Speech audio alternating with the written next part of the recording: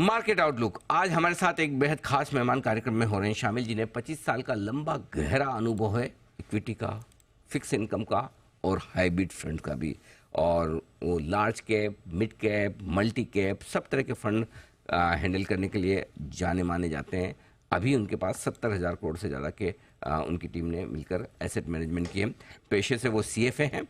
2002-2004 में उन्होंने सीएफए की डिग्री हासिल की है और आईएम लखनऊ से उन्होंने पोस्ट ग्रेजुएशन डिप्लोमा किया है बिजनेस मैनेजमेंट में, और बड़ौदा से आपने बैचलर ऑफ इंजीनियरिंग मैकेनिकल में डिग्री भी हासिल की। जी हाँ, मैं आपकी मुलाकात करवा रहा हूँ ट्रस्ट म्यूचुअल फंड के सीआईओ मिहिर वोरा साहब से। मिहिर सर, बहुत बहुत स्वागत है आपका। धन्यवाद सर हमें समय देने के लिए। लाइफ टाइम हाई के आसपास पिछले हफ्ता तो बहुत बढ़िया 5 के 5 दिन लाइफ हाई बनाया है। आज इस हफ्ता थोड़ा सुस्ती उस्ती का जिम्मेदारी का माहौल जरूर है। लोग जानना चाहते हैं कि लाइफ हाई पर आगे क्या अप्रोच रखें बाजार के डायरेक्शन को लेकर, जरा समझाएं सर। नमस्कार अनिल जी। नमस्कार। अच्छी बात यह है कि हम पिछले काफी महीनों में जब भी मिलते हैं मार्केट न्यू हाई पे ही होता है, जी, तो अच्छे मूड में ही बात होती है हमारी। एब्सोल्युटली एब्सोल्युटली सर, बिल्कुल। और आप लगातार आपने कहा भी है कि इन्वेस्टमेंट में बने रहें, टिके रहें, डटे रहें, इसलिए हमने सोचा कि एक बार फिर से आपसे राय ली जाए सर, बताएं।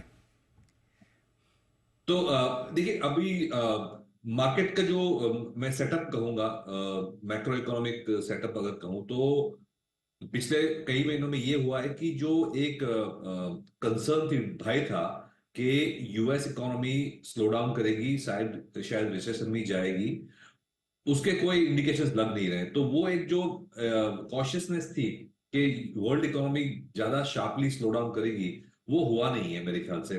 तो ये एक पॉजिटिव डेवलपमेंट है। इंडियन इकोनॉमी एज एक्सपेक्टेशन चल रही है। अभी भी कंज्यूमर डिमांड जो है वो थोड़ी प्लस है, थोड़ी माइनस है, डिपेंडिंग ऑन द सेगमेंट। मैं कहूंगा अर्बन और रिच हायर इनकम लेवल्स पे डिमांड बेटर चल रही है। अर्बन रूरल और जो है लोअर इनकम लेवल्स पे उसमें अभी भी डिमांड में थोड़ा क्वेश्चन मार्क है। लेकिन जो ग्लोबल हेडविंड या ग्लोबल अड़चन आने की जो उम्मीद थी वो नहीं आई है। तो इसका मतलब ये है कि जो हमारी जो रिकवरी है वो शायद पहले से बेटर एक्सपेक्टेड होगी और शायद ज्यादा फास्टर होगी। जो स्लो डाउन की उम्मीद थी वो शायद ना हो। तो इसकी वजह से मेरे ख्याल से मार्केट में एक सेंटिमेंट बना रहा है। सेंटिमेंट बेहतर है। रिजल्ट सीजन खत्म हो चुका है, इस रिजल्ट सीजन को कैसे देखते हैं आप? और सर फिर ओवरऑल वैल्यूएशंस के लिहाज से किस तरह की तस्वीर है? रिजल्ट सीजन में एक बड़ा ऑब्जर्वेशन ये है कि टॉप लाइन ग्रोथ से ज्यादा बॉटम लाइन ग्रोथ आया है, क्योंकि मार्जिन इंप्रूवमेंट हुई है। टॉप लाइन अगर देखें तो ओवरऑल जो बड़ी कंपनीज हैं, 50-100 कंपनीज, उनका सिंगल डिजिट में टॉप लाइन ग्रोथ आया है। लेकिन मार्जिन इंप्रूवमेंट काफी हुई है, क्योंकि जो कमोडिटी के प्राइसेस थे वो काफी अच्छी तरह से नीचे आए हैं। तो थोड़ा प्राइसिंग पावर कंपनीज को मिला है।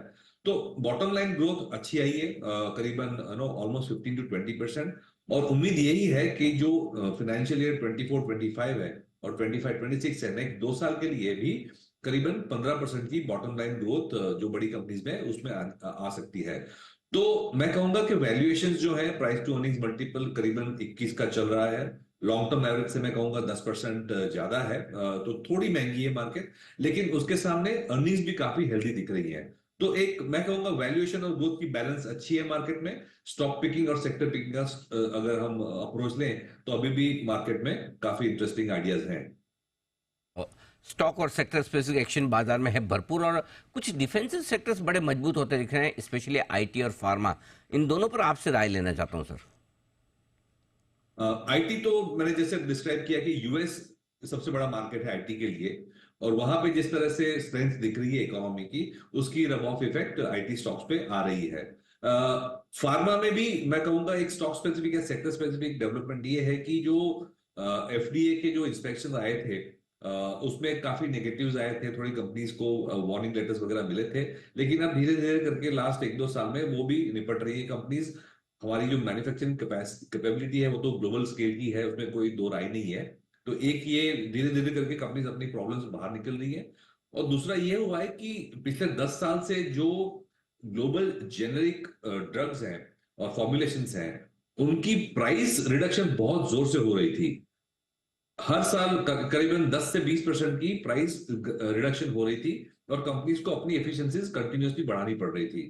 अब क्या हुआ है कि इतने साल के प्राइस रिडक्शन के बाद काफी सारी ग्लोबल कंपनीज जो है वो अब अनकॉम्पिटिटिव हो गई है, वो कॉस्ट मैच नहीं कर पा रही है। तो एक दो जो बड़ी कंपनीज थी वो ऑलमोस्ट बैंक्रप्सी के मोड पे चली गई थी ग्लोबली। तो इसका मतलब ये है कि इससे लोअर प्राइसेस अब इंडस्ट्री, ग्लोबल इंडस्ट्री बर्दाश्त नहीं कर पाएगा। और मेरे ख्याल से प्राइस इरोजन जो है वो अभी बॉटम आउट हो गया है। तो ये एक, मैं कहूंगा, एक सिक्लिकल और स्ट्रक्चरल अपसाइड फार्मा के लिए बन रहा है। और इंडियन कंपनीज तो वैसे भी सबसे एफिशिएंट थी। तो हम ये कहेंगे कि अब जाके जो ग्रोथ आएगी फार्मा में वो काफी बेटर होगी, और मार्जिन इंप्रूवमेंट जो हम नहीं देख रहे थे काफी सालों से, ग्लोबल जो एक्सपोर्ट्स हैं उसके लिए भी इम्प्रूव मार्जिन में इंप्रूवमेंट आएगी।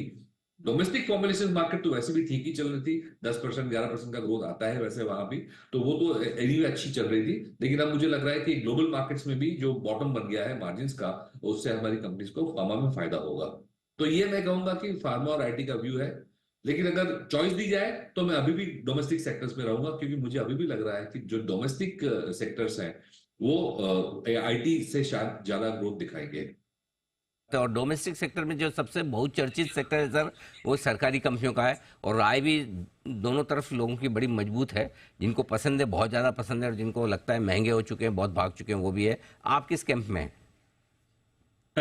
मैं सिलेक्टिव रहूंगा। बट अगर ब्रॉडली अगर पीएसयू का थीम देखें तो दो तरह से हम देख सकते हैं उसको।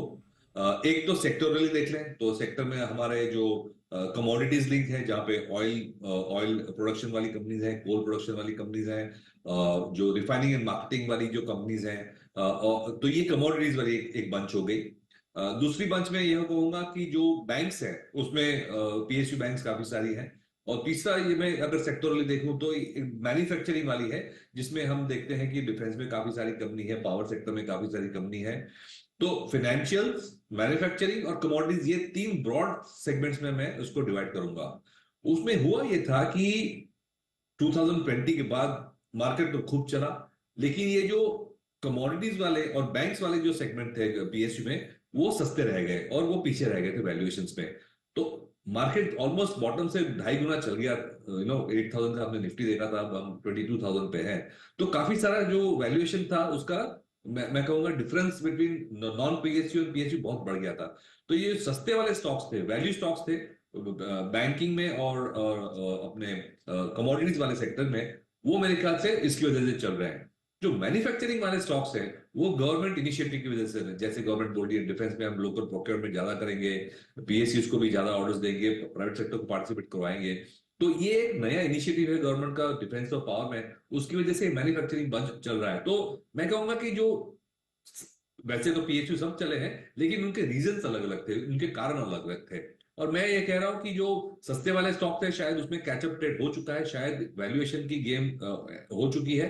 बट ये जो मैन्युफैक्चरिंग वाले हैं, डिफेंस, रेल, वो, उसमें मेरे ख्याल से अभी भी मल्टी ईयर एक थीम बन सकती है, क्योंकि ये पहली बार हुआ है कि हम न सिर्फ डोमेस्टिक प्रोडक्शन की बात कर रहे हैं, जहां पे प्रोक्योरमेंट वैसे ही बहुत कम हो रहा था, तो 3-4 गुना प्रोक्योरमेंट तो डोमेस्टिक से ही बढ़ सकता है। और हम एक्सपोर्ट की बात कर सकते हैं, जहां पे मार्केट तो 10-20 गुना बड़ी है। तो मेरे ख्याल से जो मैन्युफैक्चरिंग वाला बंच है उसमें अभी भी काफी लॉन्ग रनवे हो सकता है। ओके, मैन्युफैक्चरिंग कंपनियां अभी भी बढ़िया एक्शन में रह सकती हैं, वहां पर तेजी का रुझान बनना अभी भी निश्चित है। इसके अलावा कहाँ आपको इन्वेस्टमेंट के अच्छे मौके दिखते हैं सर? तो जैसे मैंने कहा, डोमेस्टिक सेगमेंट्स मुझे अच्छे लग रहे हैं। उसमें सबसे बड़ा सेगमेंट ऑफ कोर्स बैंकिंग है। और हम देखें तो IT versus banking and lot of other sectors, banking ने ऑलमोस्ट एक साल से अंडर परफॉर्म किया है। पीएसयू बैंक्स ने अच्छा किया है, लेकिन प्राइवेट सेक्टर जो अच्छी बैंक्स हैं उन्होंने अंडर परफॉर्म किया है। तो मेरे ख्याल से जिस तरह से इन्फ्लेशन कंट्रोल में आ रहा है धीरे धीरे करके, लिक्विडिटी धीरे धीरे करके जो बहुत टाइट चल रही है, वो मेरे ख्याल से ग्रेजुअली नेक्स्ट फ्यू मंथ्स में नॉर्मलाइज होगी। तो मेरे ख्याल से एक बेस बन रहा है कि प्राइवेट सेक्टर बैंक्स भी अच्छा करें। उसके अलावा मैं ये उम्मीद, ये होप ये है कि जो डोमेस्टिक कंजम्पशन वाले स्टॉक्स हैं, जैसे कि ऑटोमोबाइल्स हैं और कंज्यूमर ड्यूरेबल्स हैं, उनमें हमें जस्ट अबाउट थोड़ी सी ट्रैक्शन दिखना शुरू हुई है। और ये अगर इकोनॉमी अच्छा करती है, तो ये सेगमेंट में अभी भी मैं कहूंगा कि काफी स्कोप है, क्योंकि ये सेगमेंट ऑलमोस्ट 3-4 साल से काफी अंडर परफॉर्म किया था। तो उसमें एक 2-3 साल की अच्छी रैली आ सकती है। अपार्ट फ्रॉम दैट, मैं कहूंगा कि मैन्युफैक्चरिंग वाला थीम तो हमने बात किया ही है। Defence, railway, private sector capital goods जो बनाती है, कंस्ट्रक्शन कंपनीज हैं, रियल एस्टेट में मुझे लगता है मल्टी मल्टी ईयर थीम बन सकती है। तो ये सारे डोमेस्टिक लिंक सेगमेंट्स हैं जहां पे हमारी व्यू पॉजिटिव है। ओके, तो डोमेस्टिक